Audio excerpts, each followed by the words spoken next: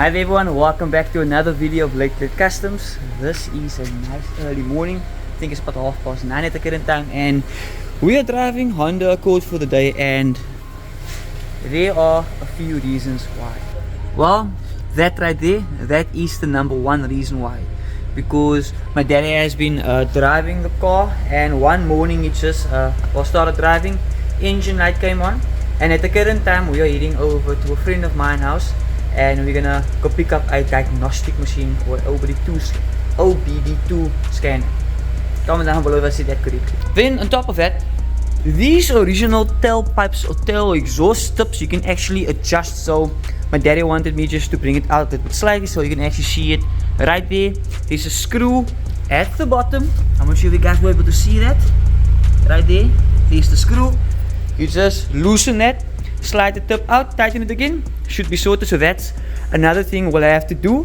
And if you guys watched the previous video, guys, well, notice that I sold my Honda Accord and recently bought a Toyota RSI 2ZZ.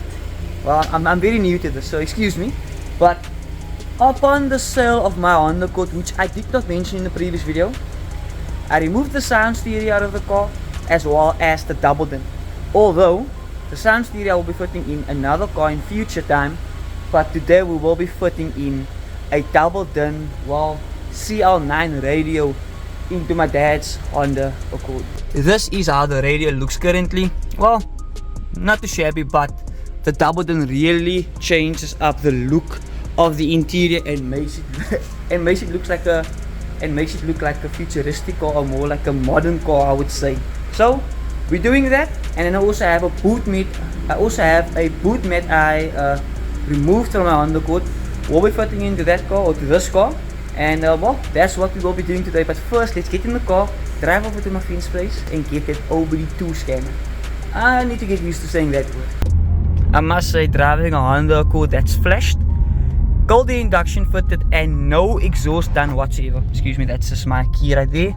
It drives amazing, and I'm not sure if I must be the person to tell you guys this, but honestly, well, I've been the owner of RSI now for a few days, and I must admit, I think personally to myself, the Accord is definitely a better car, much more comfortable.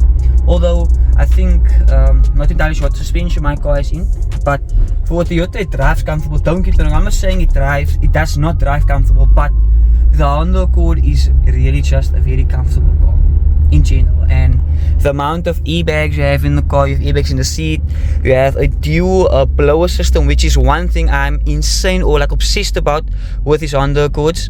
And it's just amazing car in general. It's so spacious. Okay, look at this, all the glitter on the seats.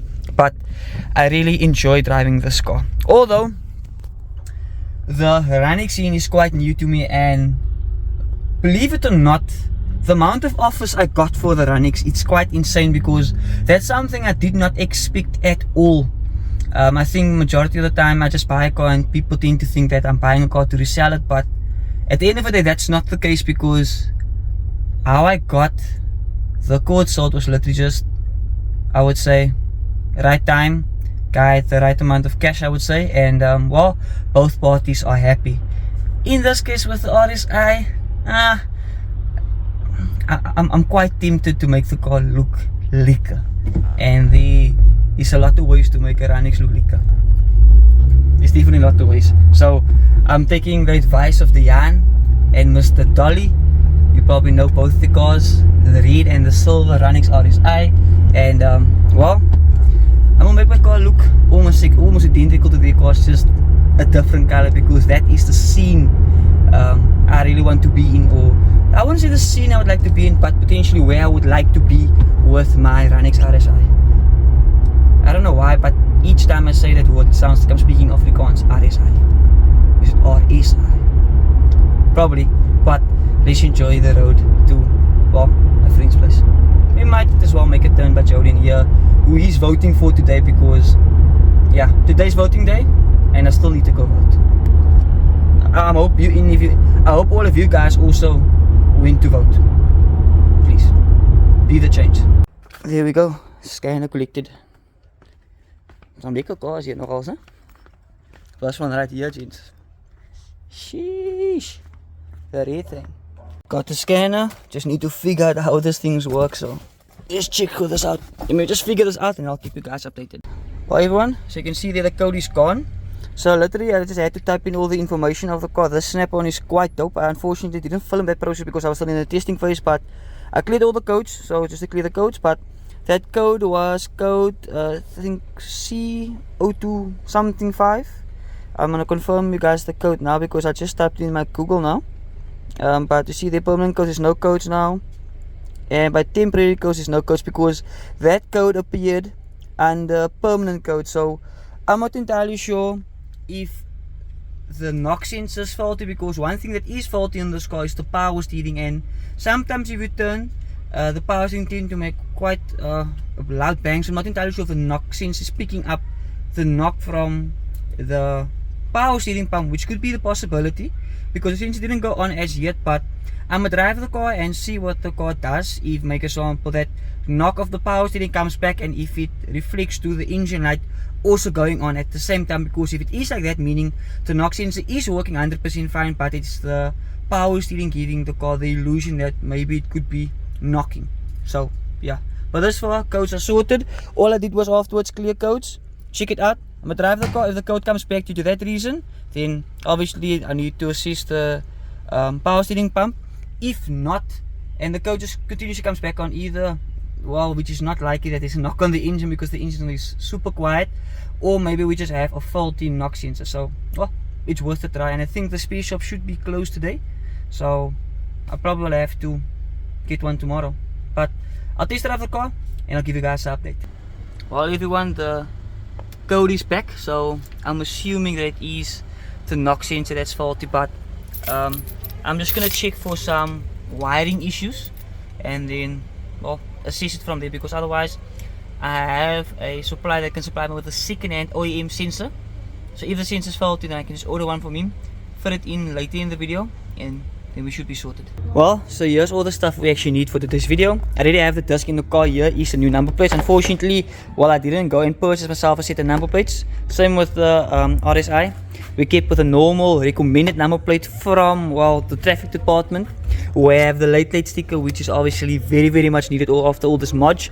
We have, this is actually a left-hand drive double dome, because you can see the T is on the passenger side, which stands for drive, and this is passenger. So one thing to adjust the heater system in this car, you'll need to use this side to adjust the driver's side and this side for the passenger side. I had some issues with it, remember, I had some issues with my heating adjusting in the car, and I kind of figured out that that is the issue.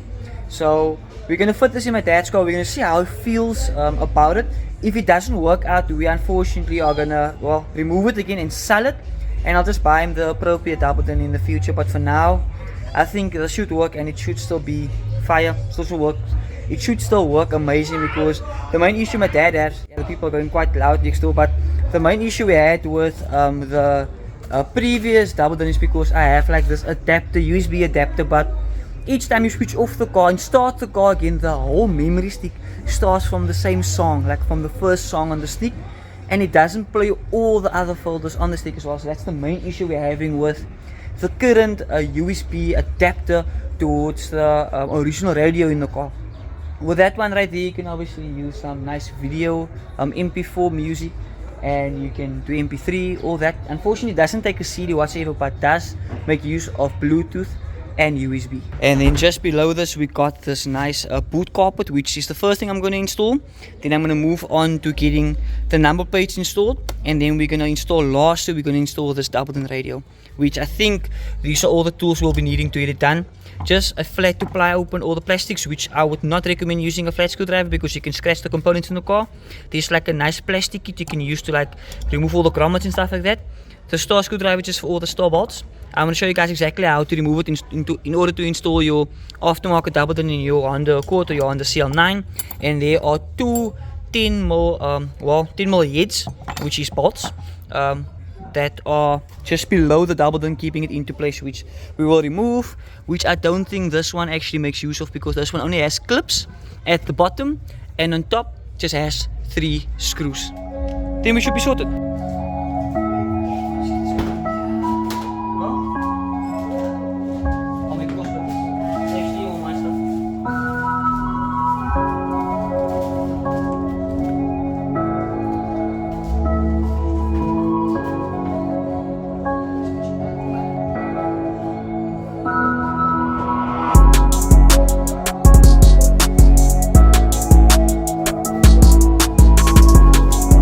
Well, there you go. You can clearly see that even for the straps right there, it has like inserts into the boot mat. Looks amazing. I think the boot light does work. So I just need to obviously put my dad's stuff back here, and then, well, this is the only thing that needs to go back in here. Well, we are done with that, and now we're gonna move on to the exhaust tips, just adjusting it a bit more. Well, to the rear section of the car. I'm gonna see how the screws are at the bottom, because if it is a bit too rusty, I'm actually just gonna use some Q20 just to lube it up and adjust the tips. And if you guys can check right here in the middle, there is the pipe. So if I had to remove the tip completely, you would just see that pipe right there. So there's still a lot of room for you to play with. I'm not entirely sure how far out you can bring the tips, but my dad just wants it just like a bitchy from the bumper. And if you don't know what the bitchy means, a bitchy is literally just in English a little. So I need to adjust it just a little, and in Afrikaans I need to adjust it a bitchy. The tips are still a bit warm, but I think I should be able to manage to get that done. You can see there, 10 heads, the 10 head, the 10 mil spanner fits perfectly on there. So I'm just gonna try to break it loose. That's tightened. Yeah, this is loose this side. So okay, it's quite crusty. I think I'm gonna get some Q20 just before I actually break off that bolt.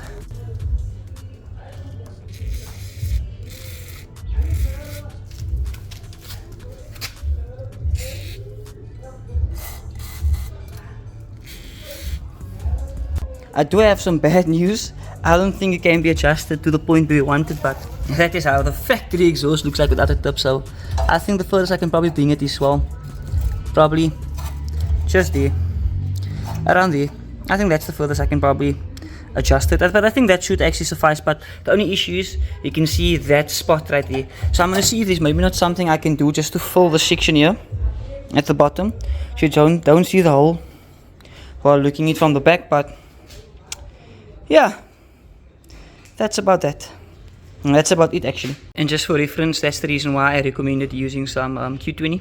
Look how rusty that bolt is, and I just sprayed it again just to make sure all the threads is nicely cleaned up. So for the next time to adjust it, it should be well, all sorted, I would say.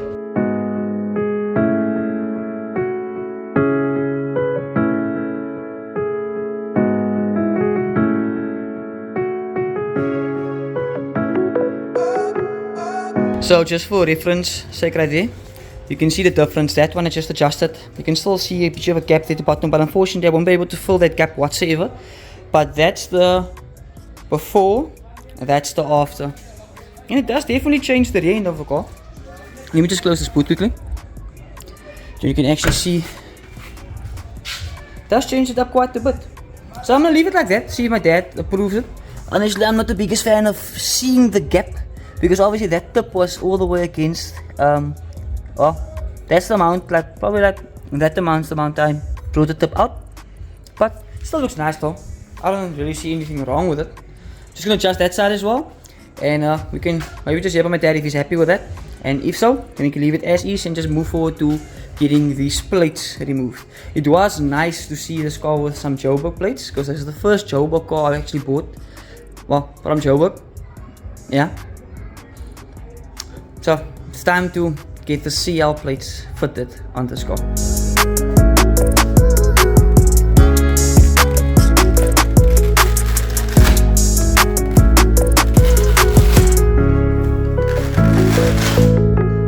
This plate was velcro the whole time. I never knew. That makes the job so much easier.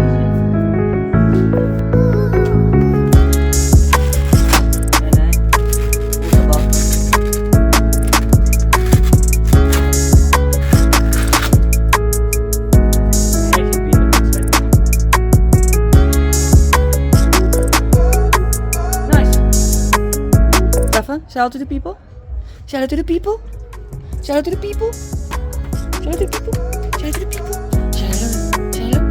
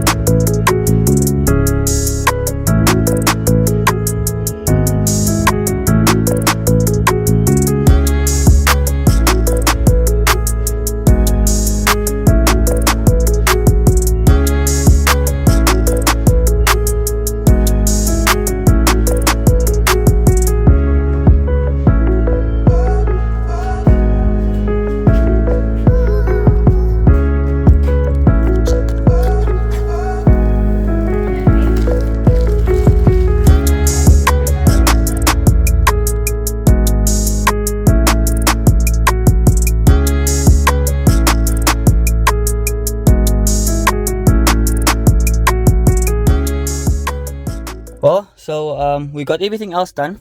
I'm currently in the car. My neighbors are playing copyright music, so I just need to be very careful. That's why the doors are closed. It's extremely benauwd. But we're gonna get everything started. So I first need to get this cover right here clipped open. So it's very easy. You just pry it open like this. I don't even actually use the flat. I just use it here at the bottom section to actually pry it open. But just be careful not to break anything. It's very difficult to do this with one hand. Yep, very difficult. So once you get this open, I'm just gonna get this removed real quick, and then I'll show you guys that there are 2 screws right here, and then below this cover there's another 2 screws, and then you need to get this section removed in order to get access under the double dun or the current dun in the car.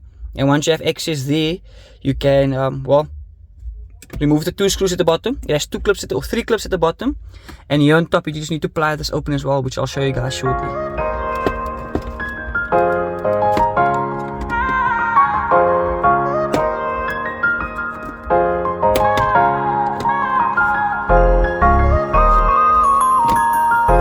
There's the one screw right there, and the other screw is right there. So just need to get those 2 removed real quick.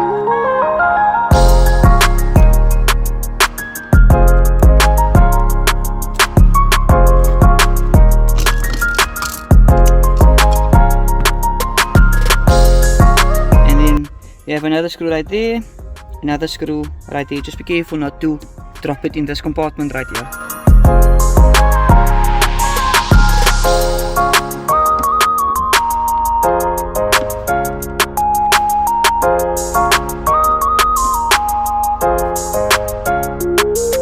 Once you get that off, you can actually just remove this, and then, well, let's check it here. Let's get this removed. Here we go. Clips just fell off. There's 2 clips here, one here, one here. Grab. There's one clip, the one on. There we go. You just need to unplug the light for the ashtray, the bulb, and then there's 2 clips right there as well. Can't do this with one hand. There we got those 2 clips removed right there, and then obviously you have the bulb, which is right there. So right there. So once we got that removed, we have one more screw there, one more screw there, and then we can try and clip this out real quick.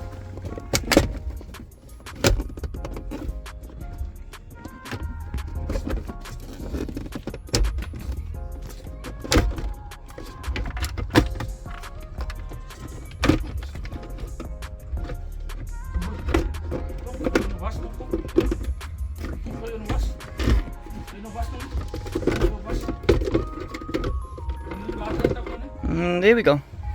Just keep in mind, in order to remove that, the lid needs to be closed to easily remove it. And the easiest way for me to remove it, I just pull it here, pull it there, and it should come out. And then here at the bottom you would see 2 screws. So I think it's you can actually use a star screwdriver here, and on the other side here as well. Then you get that removed. You can just pull this back, and I'll show you guys shortly how to remove this on top in order to get the 3 screws loosened on top. Then you just remove all the clips at the back, which all these clips is literally a plug and play setup. So you literally just unplug everything here and plug everything into the double dun. I think so.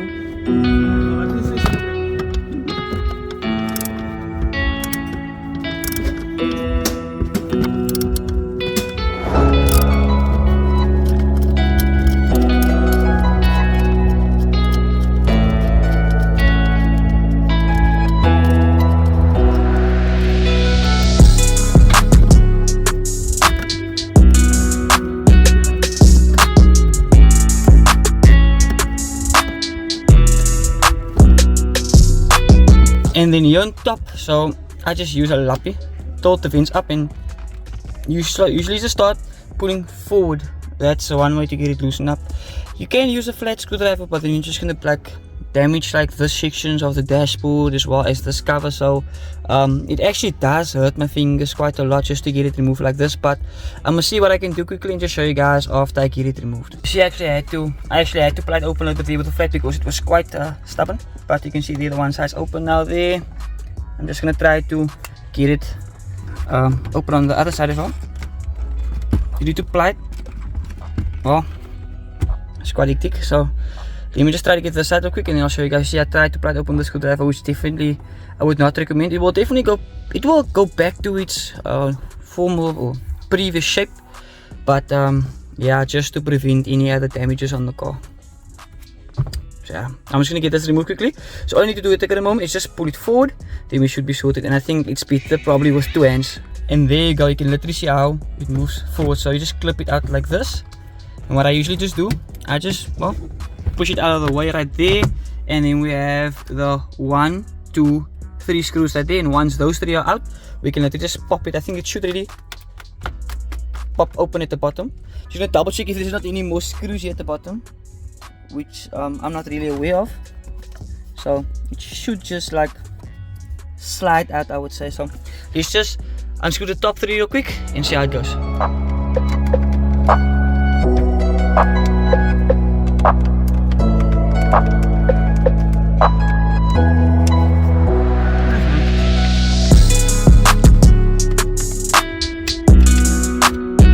I didn't show you guys that, but I literally just pulled it to the back, and there we got the old radio kind of loosened up. So all we need to do, we just need to loosen all the clips that connects the radio and the climate control system, because if you guys are not aware of this, that this radio replaces all these buttons right here. You can see there's the new aircon buttons and all that, and it definitely replaces all that. So yeah, I'm just gonna get this removed real quick, unplug everything, and show you guys exactly what needs to be done.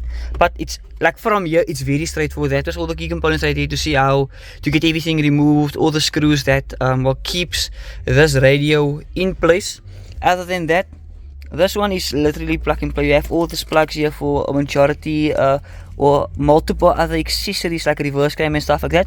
That's one thing I definitely would like to get this car, is the reverse camera. But this plug here is for the radio, and these 2 green plugs is for the climate control system, and then we have the antenna input as well. Shooting this video all the way from the back, you can see there, I think the 2 green plugs are, well, this is the one, this is the other one, and then right down there you have the blue plug, which need to be removed, and the radio, or the antenna for the radio. I already got this plug removed from this clip right here, so I'm just gonna get these 2 green clips removed, and once all 4 of those are removed, the radio should come out just like that. And just like that, we got everything removed. This plug at the bottom of the radio, that's actually for the USB adapter right there. So we got everything removed. In total, it was just these 4 plugs here on top. But this white plug that you guys are seeing here, this is actually for the USB adapter. And the aux adapter that runs to, well, we just relocated in the cab here, so you can see here, that's for the USB, and then that's for the aux. So yeah, I'll just get this removed real quick, and once we get this removed, let me pull this out. And I'll keep in mind, I will not be selling this, because this definitely comes handy. It unfortunately doesn't have the best of well, I would say star ratings, because it resets each time you switch the car on and off. And the other thing on top of that is the sound quality on these are very, very low. So you'll put the car, make example, on 30, but it'll sound like the radio system is like probably on 20 or 15. That's the other thing. So if you're using this, just make sure you do have quite liquor quality audio on your cell phone or the USB or whatever the case may be. So yeah, got that removed, and now we can move forward to getting the double down installed.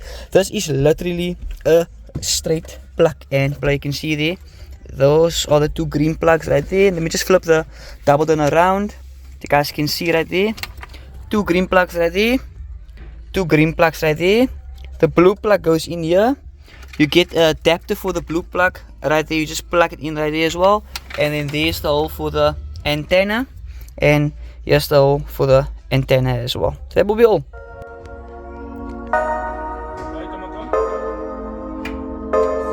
Well, just for time being, I got all this taped up, because this is just going to be laying loose. So if this maybe touches any metal in the car that well, runs to a ground, it might, I could be wrong, it might cause, make example, like a shortage or like the radio to malfunction. So I just like to always close every single thing, because on a normal radio, this would sit at the back of the radio, and this will not be hanging or be dangling out like this. One thing I did notice is when you are busy doing all this, just keep in mind not to let this lay loose here at the bottom, because then you're going to struggle opening this compartment right here. And yeah, this is literally everything finalized. I literally just need to plug everything in, check if it works. And the nice thing about this is we will be fitting in a sound stereo in the future, as well as a reverse camera. So for future reference, I will not need to open all this up once again, because the nice thing about it is I can literally just open up on top, remove these 3 screws, and at the bottom you can see it literally just clips in at both bottom sections, and on top screws in. Then we are sorted. So that's very straightforward if you want to install an aftermarket sound stereo like an amplifier, subwoofer and stuff like that, because we'll need to run some RCA cables and a remote cable from the radio in order to get all that done. But for now, we're gonna just keep with the double done install, and super excited for the results. Out with the old and in with the new. Keep in mind the only thing we need to do still is route this to the cubby holder, because my daddy likes to run his old school memory sticks or USB sticks. So it's very easy, just run it through there, comes out there. There's like a nice slit here in the cubby which you can like block it in. It just chills there, and then you are sorted. So let's just get this installed. Very straightforward.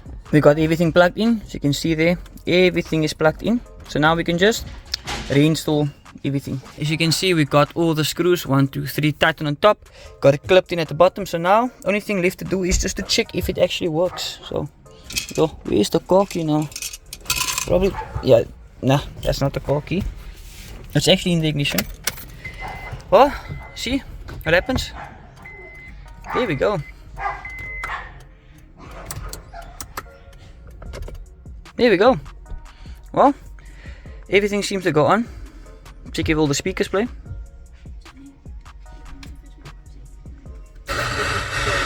Well, button definitely works. That's good. Oh, my phone's actually connected, so yeah, everything should be able to work, because it sounds like everything is kind of working. Well,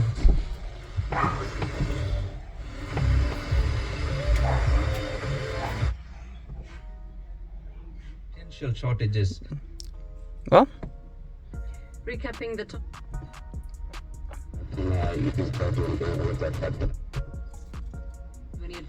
well, everything seems good. I don't have a USB now to actually test it out, but yeah, that right there is perfect for the copy for my dad. Just need to obviously get this a bit in like that. Should close easily as well. And there we go. So I'm just gonna install everything back in. All this blower system stuff should work. There you go. See, so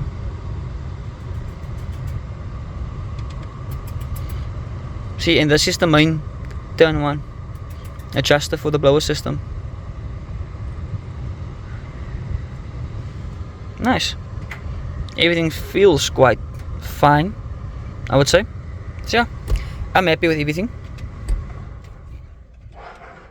So everything kind of works. There we go. What mode you would like it? From there,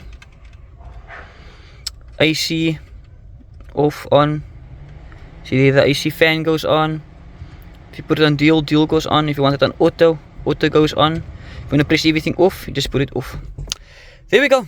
So let's just get everything, well, back to where it was. You literally just repeat everything you did before just to get everything sorted. And you can see here, I just need to tuck this quickly here, but we do have some good clearance here at the bottom, so nothing will interfere with that compartment going open and close.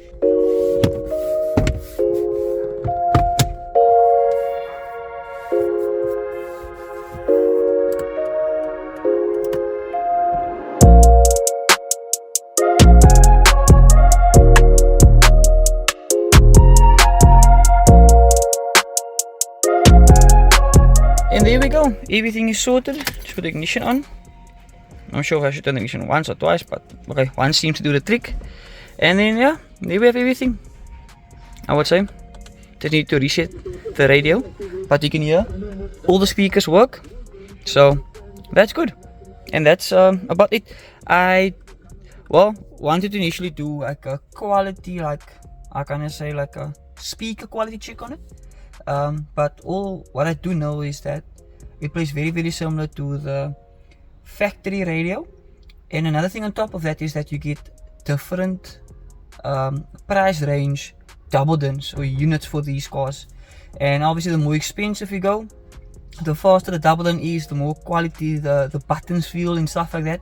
I think this might just be an entry double din, which I would probably price between 3,500 to 5,000 rand, but these double dins can go up to like 10,000 rand. But on AliExpress, majority of the time they actually do throw a nice discount on these double dins. But yeah, I'm quite happy to just use Rafa as the trying his luck. Sorry for that. But other than that, I'm quite happy with the double din. One thing I just need to double check, and I don't want to start the car, Rafa. One thing I don't want to do is start the car now to check this out, and that is to check the blower system if it will do the exact same thing it done in my previous Accord, because we still need to check out that knock sensor. So I just want to plug that out, see if everything is fine there. But I just want to plug that knock sensor out and check if everything is fine there. But I did contact Uzair from Hybrid Performance to maybe send me one real quick, so while the car's cooled down I can maybe just remove it, check it out, and then just replace it one time with the OEM one. He has an OEM second-hand one for my input engine standing at this place, so maybe just check if that would help, and then yeah, I think then we should be sorted.